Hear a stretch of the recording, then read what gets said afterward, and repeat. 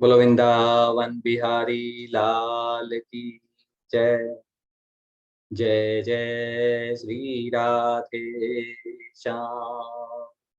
जय जय श्री राधे श्याम। बोलो स्वामी राम सुखदास जी महाराज की जय। चौथा अध्याय 18वां श्लोक।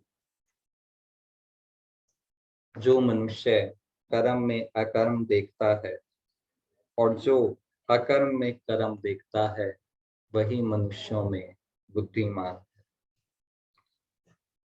जब तक प्रकृति के साथ संबंध है तब तक कर्म करना और कर्म नहीं करना दोनों ही कर्म है। इसलिए कर्म करने अथवा नहीं करने में दोनों ही अवस्थाओं में कर्म योगी को, साधक को निर्लिप्त रहना चाहिए। कर्म करने में निर्लिप्त रहने का अर्थ है कि कर्म करने से हमें अच्छा फल मिलेगा, हमें लाभ होगी, हमारी सिद्धि होगी, लोग हमें अच्छा मानेंगे। इस लोक में और परलोक में हमें भोगों की प्राप्ति होगी, ऐश्वर्यों की प्राप्ति होगी। इस प्रकार किसी प्रकार की इच्छा का न होना, यह कर्मों में निर्लिप्तता कि समभाव में स्थित हुए अपने कर्तव्य कर्मों का बिना कोई आसक्ति के, बिना कोई कामना के, बिना कोई फल की इच्छा के कर्म करना कर्मों में निर्लिप्तता।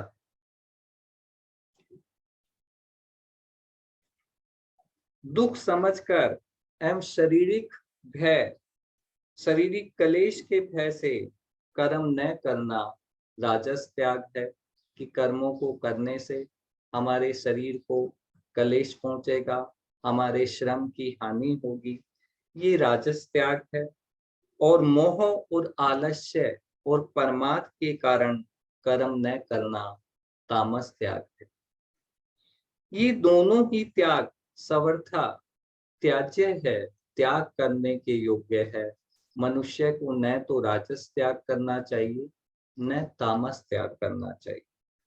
इसके सिवाय कर्म न करना यदि अपनी विलक्षण स्थिति के लिए, समाधि का सुख भोगने के लिए, जीवन मुक्ति का आनंद के लिए है तो इस त्याग से भी प्रकृति का संबंध विच्छेद नहीं होता। यदि साधक जो है समाधि का सुख लेने के लिए त्याग कर दे या जीवन मुक्ति का आनंद लेने के लिए कर्मों का त्याग कर देता है तो उसका प्रकृति से संबंध विच्छेद नहीं होता। कारण कि जब तक कर्म नहीं करने से संबंध है तब तक प्रकृति से संबंध बना रहता है। कर्म करना या नहीं करना दोनों में किसी से भी संबंध है तब तक प्रकृति से संबंध बना रहता है और प्रकृति से सर्वथा, संसार से सर्वथा संबंध विच्छेद होने पर कर्म योगी कर्म करने और नहीं करने इन दोनों अवस्थाओं में ज्यों का तो निर्लिप्त रहता है। उसके मन में कोई ये भाव नहीं होता कि मैंने कर्मों का त्याग कर दिया। सबसे बड़ी बात यही होती है कि मनुष्य कुछ भी त्याग करता है तो वह मन में एक अहम भाव बना लेता है कि मैंने त्याग कर दिया। तो भगवान कह रहे हैं जब ये अहम भाव बन जाता है तो ये भी क्या है, हमारी कर्मों में आसक्ति और संसार से हमारा संबंध बना के रखता है। कर्म में कर्म देखने का अर्थ है निर्लिप्त रहते हुए कर्म करना अथवा नहीं करना। कि भाव ये है कि कर्म करते समय या नहीं करते समय नित्य निरंतर निर्लिप्त रहे। जब साधक जब तक प्रकृति से अपना संबंध मानता है तब तक वह कर्म करने से अपनी सांसारिक उन्नति मानता है और कर्म नहीं करने से अपनी परमार्थिक उन्नति मानता है। जब तक उसका संबंध बना हुआ है तब तक उसे ये लगता है कि यदि मैं कर्म नहीं करता हूँ, कर्म करने से मेरी सांसारिक उन्नति होगी, मुझे भोग ऐश्वर्य की प्राप्ति होगी, और कर्म नहीं करने से मेरी परमार्थिक उन्नति होगी, मुझे कल्याण की प्राप्ति होगी।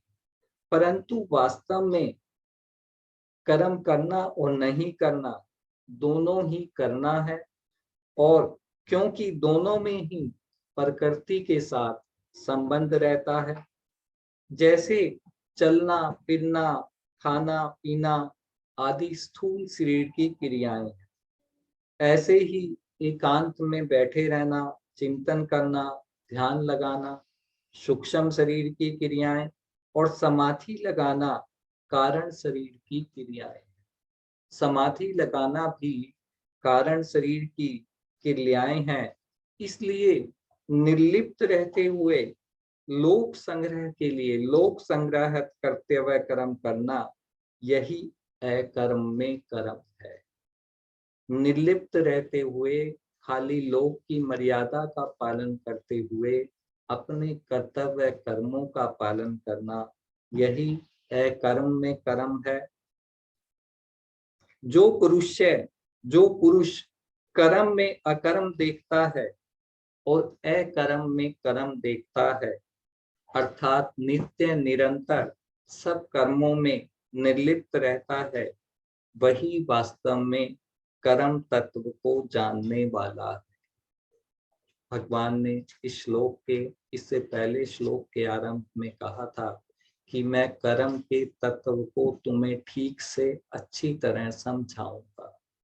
तो कर्म का तत्व यही है कि जो मनुष्य सब समय सब कर्मों में निर्लिप्त रहता है, वही वास्तव में कर्म तत्व को जानने वाला है।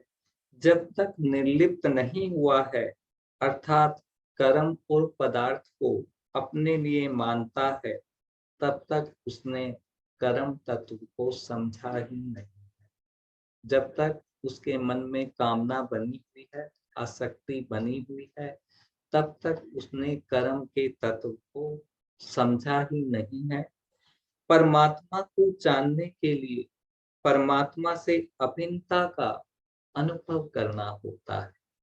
अभिन्नता कि परमात्मा और हम एक हैं, ऐसी अभिन्नता का अनुभव करना होता है। कारण कि वास्तव में हम स्वरूप से परमात्मा से अभिन्न है। हमारा स्वरूप जो है वो परमात्मा का ही अंश है, और हम परमात्मा से अभिन्न है, और संसार से हम भिन्न हैं, संसार से हम अलग हैं। इसलिए कर्मों से अलग होकर, अर्थात निर्लिप्त होकर ही कर्म तत्व को जान सकते हैं। कर्म आदि अंत वाले हैं, और जीव जो है वो समय नित्य रहने वाला है। अतः मैं स्वरूप से कर्मों से अलग निर्लिप्त हूँ, इस वास्तविकता का अनुभव करना ही जानना है, और वास्तविकता की तह में बैठे बिना जाना ही कैसे जा सकता। कर्म के तत्व को स्वामी जी ने बहुत ही विस्तार से कि एक विभाग कर्म का है और एक विभाग अकर्म का है। अलग अलग तरीके से गीता में यही बताया गया है कि एक तरफ संसार है, एक तरफ परमात्मा है। यहाँ पे भी स्वामी जी यही बात कह रहे हैं कि एक विभाग कर्म का है और एक विभाग अकर्म का है। इन दोनों में अकर्म ही जो है वो सार तत्व है। इसलिए जो मनुष्य कर्म में अकर्म देखता है, अर्थात कर्म करते हुए निर्लिप्त रहता है। कर्म में अकर्म देखना कि कर्मों में कोई आसक्ति का न होना, और जो अकर्म में कर्म देखता है, अर्थात निर्लिप्त रहते हुए कर्म करता है, उसके लिए कुछ भी करना जानना और पाना शेष नहीं रहता।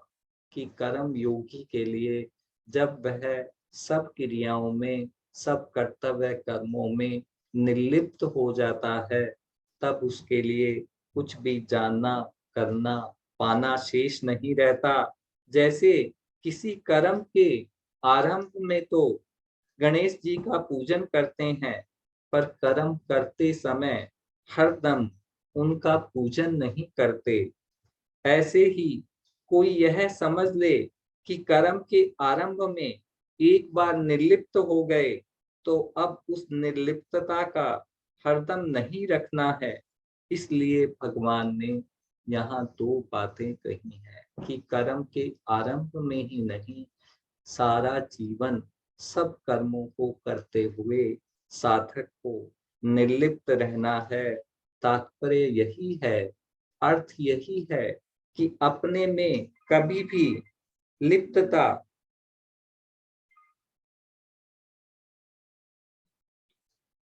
फलेच्छा नहीं आनी चाहिए, अर्थात हरदम निर्लिप्त रहना चाहिए। तीसरे अध्याय के 8वें श्लोक में कहा था भगवान ने कि कर्म न करने की अपेक्षा, कर्म नहीं करने की अपेक्षा कर्म करना श्रेष्ठ है। और यहाँ भगवान ये कह रहे हैं कि कर्म करने की अपेक्षा भी अकर्म, कर्म में निर्लिप्तता को, निर्लिप्त रहते हुए कर्म करना श्रेष्ठ है। और ऐसा देखने वाले मनुष्य के लिए कुछ भी करना, कुछ भी जानना शेष नहीं रहता। इससे ये सिद्ध होता है कि मनुष्य में फल की इच्छा और कर्तव्य अभिमान नहीं रहना चाहिए। फल की इच्छा कि मुझे कर्मों से फल की प्राप्ति हो, और कर्तव्य अभिमान कि मैं ये कर्म कर रहा हूँ, ये नहीं रहना चाहिए। इन दोनों से ही मनुष्य को जन्म मृत्यु के बंधन प्राप्त होते हैं। इन दोनों से ही मनुष्य बंधता है। 19वां श्लोक, जिसके संपूर्ण कर्मों के आरंभ संकल्प और कामना से रहित है, जिसके सारे कर्मों के आरंभ संकल्प और कामना से रहित है, तथा जिसके संपूर्ण कर्म ज्ञान रूपी अग्नि से जल गए हैं, उसको ज्ञानी जन भी पंडित बुद्धिमान कहते हैं। विषयों का बार बार चिंतन होने से, उनकी बार बार याद आने से, उन विषयों में ये विषय अच्छे हैं, काम में आने वाले हैं, जीवन में उपयोगी हैं, सुख बुद्धि देने वाले हैं, ऐसी बुद्धि का होना संकल्प है। कि जब हम बार बार विषयों का चिंतन करते हैं और उनमें हम जब आनंद लेने लगते हैं, तब हमारा उन विषयों के प्रति एक संकल्प बन जाता है हमारी बुद्धि में कि ये विषय हमें प्राप्त होने चाहिए, और ये विषय हमारे लिए अच्छे नहीं हैं, हानिकारक हैं। ऐसा बुद्धि का होना विकल्प है। कि एक तो ये विषय अच्छे हैं, ये भोग अच्छे हैं, ये ऐश्वर्य अच्छा है, हमें प्राप्त होना चाहिए, ये संकल्प है। और ये अच्छे नहीं है, ये विकल्प। ऐसे संकल्प और विकल्प बुद्धि में होते रहते हैं। जब विकल्प मिटकर केवल एक संकल्प रह जाता है, तब ये विषय पदार्थ हमें मिलने चाहिए, ये हमारे होने चाहिए। इस तरह अंतःकरण में उनको प्राप्त करने की एक इच्छा पैदा हो जाती है, और उसी का नाम कामना है।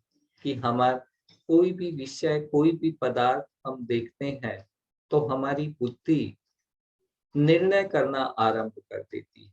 एक तो ये निर्णय होता है कि ये विषय अच्छे हैं, दूसरा हमारा विवेक कहता है कि नहीं, हमें विषयों का त्याग करना है। यदि हमें परमात्मा की प्राप्ति करनी है तो ये विषय हमारे लिए अच्छे नहीं। तो विषयों को जब वो बुद्धि की बात हम जब मान लेते हैं, तब उनको प्राप्त करने की इच्छा होती है और उसी को कामना कहते हैं। कर्म योग में सिद्ध हुए महापुरुष में, जो कर्म योग में सिद्ध हो चुके हैं, उनमें संकल्प और कामना दोनों ही नहीं रहती। अर्थात उनमें न तो कामनाओं का संकल्प रहता है और न संकल्पों का कार्य कामना ही रहती है। अतः उनके द्वारा जो भी कर्म होते हैं, वे सब संकल्प और कामना से रहित होते हैं। संकल्प और कामना ये दोनों कर्म के बीज हैं। संकल्प और कामना न रहने पर कर्म अकर्म हो जाता है।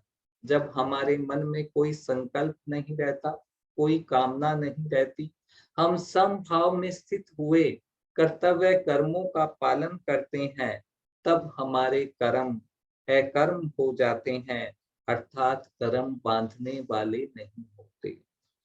सिद्ध महापुरुष में भी संकल्प और कामना न रहने से उनके द्वारा होने वाले कर्म बंधन कारक नहीं होते। उनके द्वारा कल्याण के लिए कर्तव्य परंपरा संपूर्ण करते हुए वह उन कर्मों में स्वतः निर्लिप्त रहता है कि सिद्ध महापुरुष जो भी अपने कर्तव्य कर्मों का पालन करता है, वह उनमें निर्लिप्त रहते हुए उन कर्मों को करता है। यहाँ केवल संकल्पों का त्याग बताया गया है, वहां कामनाओं का, और जहां केवल कामनाओं का त्याग बताया गया है, वहां संकल्पों का भी त्याग समझ लेना चाहिए। क्योंकि संकल्प जो है, जो बुद्धि निर्णय लेती है, वही कामनाओं का कारण है और कामना संकल्पों का कार्य है। दोनों एक चीज, एक दूसरे से जुड़े हुए हैं।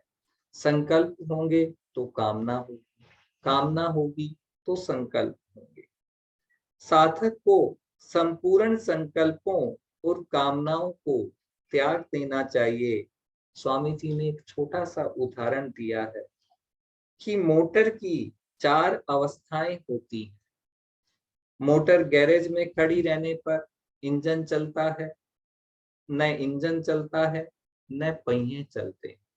कि जब कोई कार गैरेज में खड़ी हुई है तो वहां ना इंजन चल रहा है न पहिए चल रहे हैं।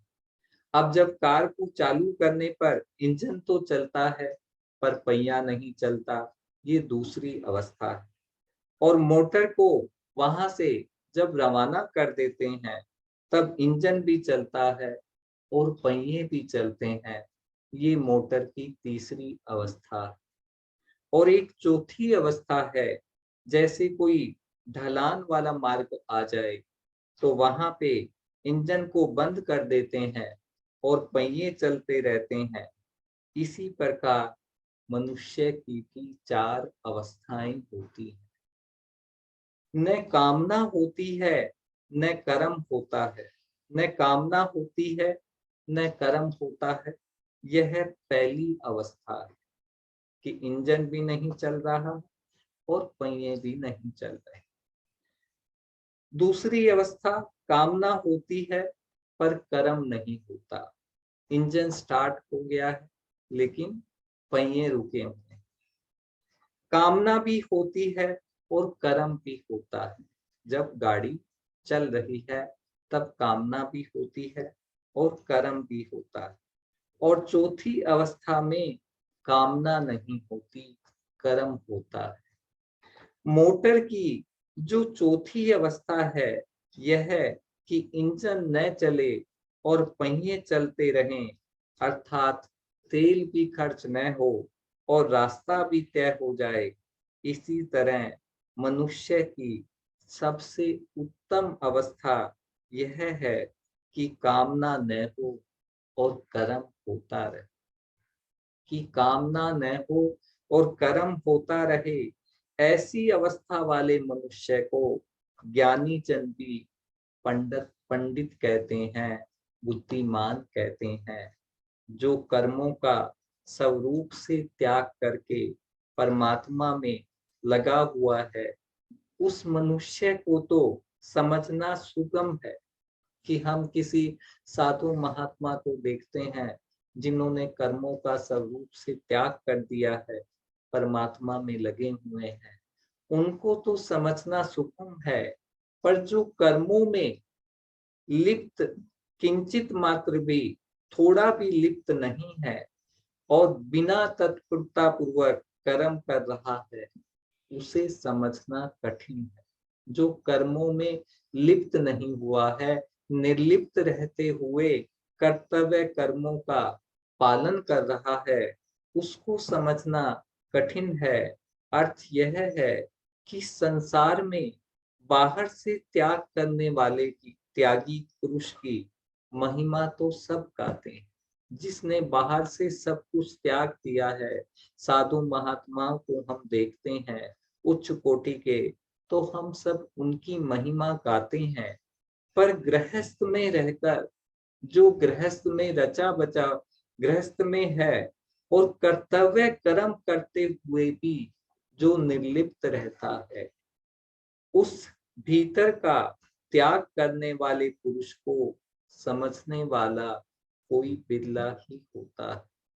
जो गृहस्थ में हमें साधारण भाव से सारे कर्म करते हुए दिखाई देता है, लेकिन वो निर्लिप्त भाव से समभाव में स्थित होकर अपने सब कर्तव्य कर्मों का पालन कर रहा है, उस पुरुष को समझने वाला कोई बिरला ही होता है। भगवान ने ऐसे कर्म योगी को मनुष्यों में बुद्धिमान कहा है, जो अपने सारे कर्मों को पूरा करता हुआ भी वास्तव में योगी है। और यहाँ कहा है कि उसे ज्ञानी जन भी, पंडित भी, अर्थात बुद्धिमान कहते हैं। इसका अर्थ यह है कि वह पंडितों का भी पंडित है और ज्ञानियों का भी ज्ञानी है। आज इतना ही। बोलो वृंदावन बिहारी लाल की जय। जय जय श्री राधे श्याम। जय जय श्री राधे श्याम। बोलो स्वामी राम सुखदास जी महाराज की जय। सबको राम राम।